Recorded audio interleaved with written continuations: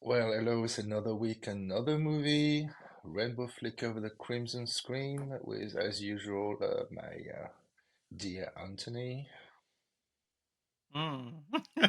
Yes, I'm here. hmm And this week, to start the year 2024, we've been looking at an old movie, a French comedy called Asterix Mission Cleopatra.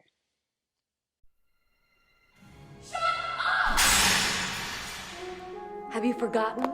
Oh, Caesar. It wasn't the Romans who built the pyramids. You mean these, right? We have 3 months to finish it. Can't possibly be done. Of course not. All we need is magic. Yeah. Did you happen to bring some on the donkey?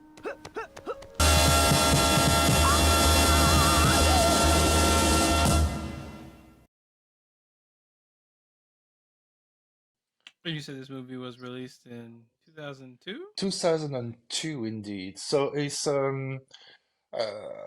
first question, did you know about Asterix and Obelix before? Have The you heard about them before? the cartoon? Yeah, the cartoon, the comic book, Yeah. because some people might not know about it. So it's characters that were created in 1958 by Uderzo Goscinny, and it's one of the most famous comic book character in France, in Belgium, and it's been translated 111 languages. There's 40 albums that has been written. Despite the creators died, the latest one died in 2020. It's still going. We actually had an album that was released last year, and we had quite a lot of adaptation of the adventure of Asterix and Obelix. One of them being this one, which is a second live action adaptation of the adventure. Okay. Yeah, I remember reading maybe it was a comic book. I just remember reading something that had these characters in it when I was a kid, so yeah. Mm. It was very big. Like I said, 111 languages and dialect translated. They they talk about these Gaulish characters who are actually fighting Caesar and go around the world. So there is an episode when they go to Spain, they go to the US, they actually go to England, and it's not seen as historically accurate. It's actually a way for them to criticize actually the society we live in. So they're using history as a way to criticize what we're living in. For example, there is one of the album we've got they have to do 12 tasks to actually win something for Caesar, and they actually go to this house that make people mad, and the house that make people mad is actually the French administration. So they actually want to criticize society and the way society is by using these characters, and actually this is what the sense of humor is in that comic book and in that movie as well. Because I don't know if you realize the movie very much big late 90s, early 2000s sense of humor, very close to the SNL and the Zucker and Zucker movies like Airplane and everything else Yeah, with Alain Chabat. I feel like it had a bunch of pop culture references as well. But Yes. I also felt like I guess if you don't speak French, I feel like it had a lot of play on words that probably didn't translate well in subtitles. That's a big issue in that movie. I was very disappointed with the subtitles because they really miss out on a lot of the jokes. What's funny about Asterix and Obelix, the characters' names are actually play on words by itself. Yeah. And I give you an example. There's a character in a movie called Itineraries. They haven't translated it. They should have translated it because you don't know what Itineraries is. If you're not French or European, you don't know what Itineraries is. Itineraries is actually what used to be a mobile phone company. So the joke about actually that woman talking and cutting off and not be able to actually, we can't understand that we can hear the mobile phone sound is actually the joke because she's Irish. She's a, and this kind of stuff that's a shame they haven't translated in a movie. It's a shame. There's a lot of stuff. There's a lot of sexual joke as well hasn't been translated, which is what kind of funny. Like I was laughing because I was listening to some of the stuff and I was like, "They haven't translated this, really?" Like they keep calling Gaulish, goal, and actually goal is actually also an erection in French. So there was a lot of joke on board with that too. Um, so it's a movie that really feel. It's a movie of that time of 2000, early 2000. It was at the time the second biggest movie in France. In Europe, there was 21 million entries, which is quite huge. It was released in 2006 in the US with a dub version by Miramax, and this version actually got 500,000 entry, which is not bad considering it's a foreign movie. Uh, And funny thing, it was actually released last year, re-released last year on the 4K restoration copy with Adobe Atmos in cinema, and it actually made more entries than the latest Asterix movie that was released on this year. So the movie that was 21 years old actually made better entries than actually the new movies that was made. So it's considered as the best actually Asterix movie live action that was made, and it's a classic in France. So what did you think about it? Hearing you say 2002 was like 21 years ago, I was like, oof. I know. So it's 21, Oof. yeah, 22 almost. Mm. Oof. Let's not talk about that. And yeah, I know. Yeah, I mean, I feel like I pretty much, I feel like a lot of humor, which is with movies like that, a lot of the humor, if like you don't really get the context of what's being made fun of at times, it's kind of hard to find everything hilarious, you know. Hmm. So yeah, that was there were some things I did find funny, but there were some things I think that I just didn't get because I didn't get the context of it, or I don't speak French well Hmm. enough to get the play on the words. So. Yes, it was a lot of because yes, we actually watched the original version with English subtitles because for some reason, despite the fact we have a version in English, I couldn't find it. So it's very difficult to find for some reason. So we watched the original with subtitles. Uh, and yes, I agree. I think the big issue with this movie it's is really anchored in European sense of humor in some ways, with a bit of actually pop culture. For example, we actually had the pop culture about 1960s and 70s Chinese kung fu movies. We've got They did have a Forrest Gump joke in there. a Poison joke as well, yes. There was actually Empire Strike Back jokes. There was a lot of actually things like this, or even stuff you might not have understood. There was this entire thing about the sound actually you hear during when Asterix is looking at that courtesan is actually a very famous 1970s love song in France, but they actually made it in Latin instead of actually in Italian. So there was a lot of little things like this, or even some little joke like Otis, who's actually invented the lift, which was for me was funny. Uh, and there's a lot of sequence which is I love. There is actually like the entire monologue about actually what it is to be successful. This is cracking me up because it was actually an improvisation. The guy just went on and actually the original thing is almost 8 minutes when he's just talking about success and they're just standing there listening to him. And the funny stuff, I don't know if you remember because we did went on VR chat and we went to that French site with that robot. And at one point I was laughing because that robot was actually doing exactly the same monologue. And that would make me laugh because it's a classic. People know that monologue by heart. And but yeah, it's a fun movie. So what's the movie about? The movie is about Cleopatra and Caesar who decide to make a bet to actually know who is the best cultures in the world. So Cleopatra need to build a palace, a bigger palace than Caesar Palace. Another joke about actually the casino, of course, um, in 3 months. In order to do that, she asked one architect, who is the worst architect you can think of. Let's be honest. Yes. Who has a choice?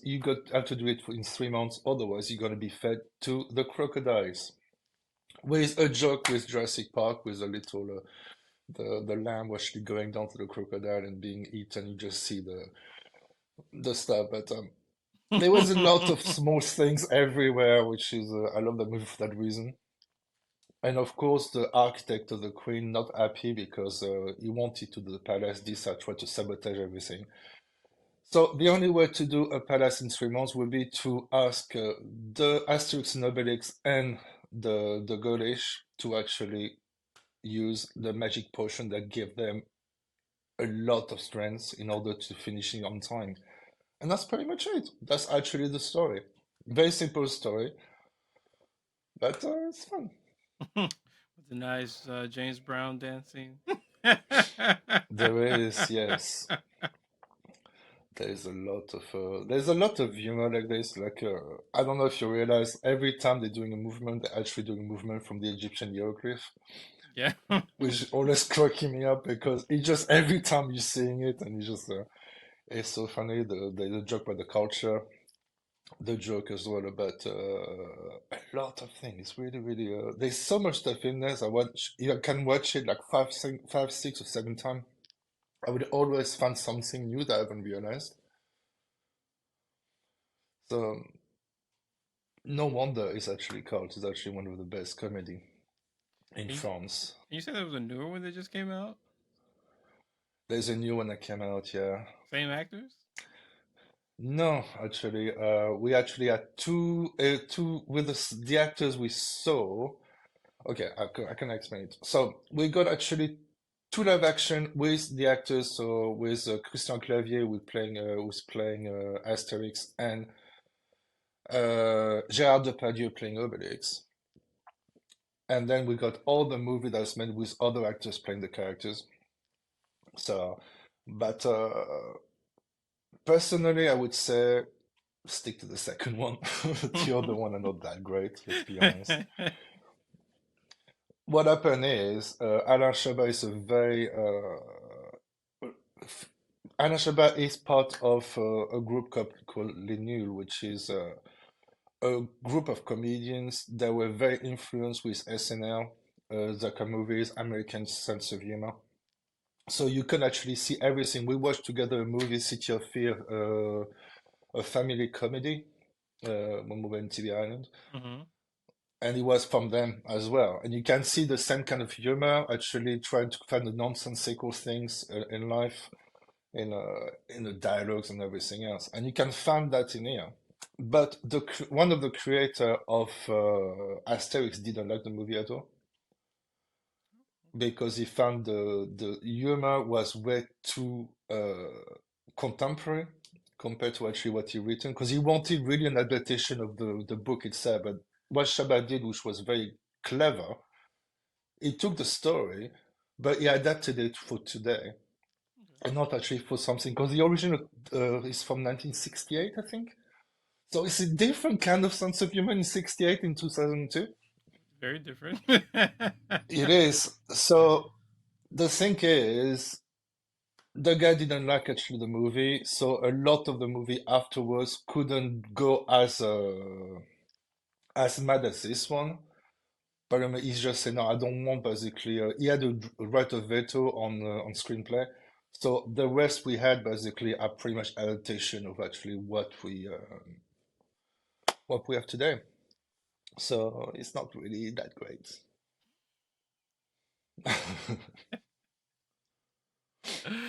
So in terms of the sense of humor, would you say that Did you laugh? Because I don't actually know if you laughed in some scenes. I laughed a few times, but like I said, a lot of the things I think I didn't get the context of, or they were Mm. references, European references that I didn't get. So I think the translation was very. I was very disappointed with the translation because there was so much stuff. I was thinking about it. I was reading the translation and saying, "Ah, they could have done better," because they really kind of. They didn't really. Um, you know Wayne's World, the movie Wayne's World. hmm You got two chances with Wayne's World. You can actually watch it in original. If you watch it in French, what they did, which was clever, they asked Alain Chabat, actually the guy who wrote that movie and actually directed that movie. He asked him and another person, Lenier, to rewrite the dialogues. That means they actually created dialogue which was different from what you see in the original movie to make it basically to fit the French culture. And they should have done that with the American movie. hmm But they just translated the joke without actually thinking of the context. And this is a shame because there's a lot of jokes that you might not have realized because of that, yeah, which is a yeah, shame. It's such a shame. yeah. There was one. Sometimes they would say things, and you were dying laughing. I'm just like, I don't get it. For me, the what I love about this movie is the nonsensical discussion sometimes. Just like they're gonna spend them time basically they got this big fight and you got these two guys, these two Romans looking, just talking about the weather, talking about oh it's beautiful, you know, isn't it? It's just some stupid thing like this, or even it's getting too violent, so they're actually showing a documentary about a lobster. For me, it's a nonsensical thing that I love about this movie. And the entire sequence about when they're making a nomad slash fun at kung fu movies that become basically a manga. Oh So yes. it was so much stuff, some anime things, and the fact the guy can't say the name of the characters all the time, as well, which is pretty fun. He keep making mistakes all the time with the name of the characters, which is funny because this is what actually a lot of people in a foreign country can't actually say the name properly either. So it's actually pretty funny because it's actually relevant to actually the characters. Or even simple thing like uh, the nonsensical situation, like discovered that Obelix removed the nose of the Sphinx. And then The hid reason himself why the under Sphinx doesn't have any nose. it. Yeah.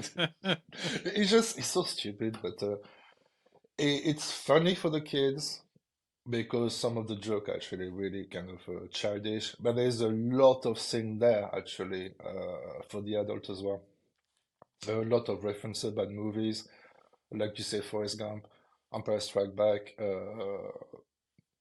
or even some stupid thing like when I got the best spy, you actually just say, well, when I look there, you see me. I look there, you don't see me. You see me, you don't see me. You see me, you don't see me. You don't see me, you see me. And for me, this is actually the best thing in the movie because they really have fun with the Yeah. characters.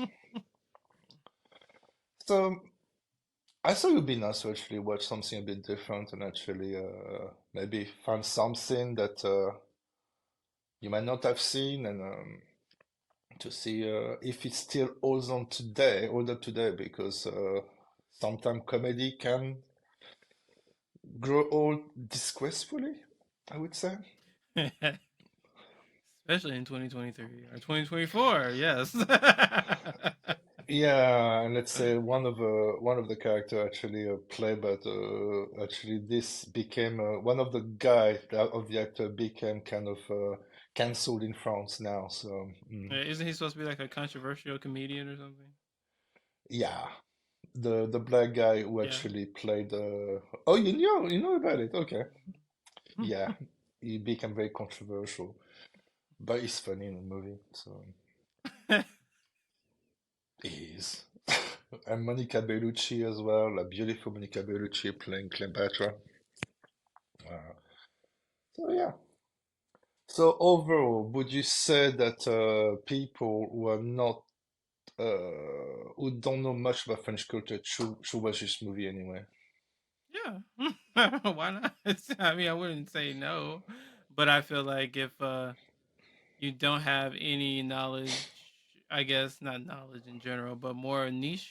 I guess more popular culture in France. If you don't know that, then pretty you might not get some of the jokes, but I do feel like it's worth a watch. And apparently, they do have the dub version for sale on Amazon. So. They do, okay, they do.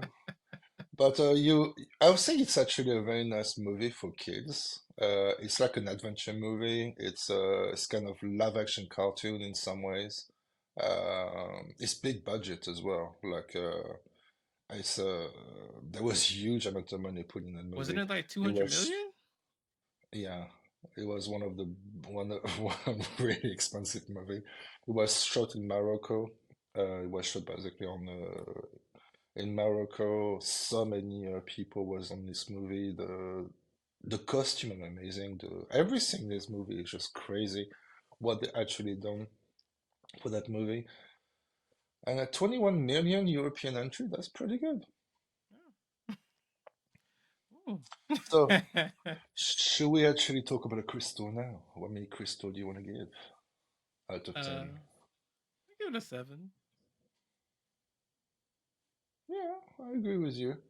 I would say I would have given like 10 years ago, I would have given a 9, but I will give it a 7 because I feel a lot of the joke now will not actually work because it's very relevant to the time period. And if I show it to someone in the 20s now, they might not get some of the joke because there's a lot of the joke which are based on that period, like a very social period. So it might not work as well. But I love the dancing. Oh, I know you do. I love the dancing and I love the ending. I love Hmm. the ending. Should we get you to reenact one of the dance scenes for us here? Don't push it, so don't push it.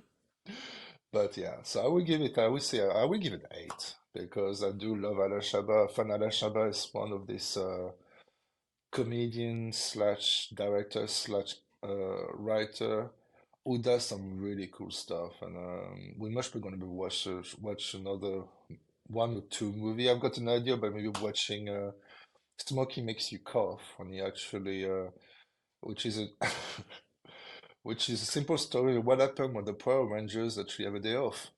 And that's actually the movie. It's about Power Rangers having the day off. And actually, and Alain Chabat played the chief of the Power Ranger, which is a rat who love actually to who love women.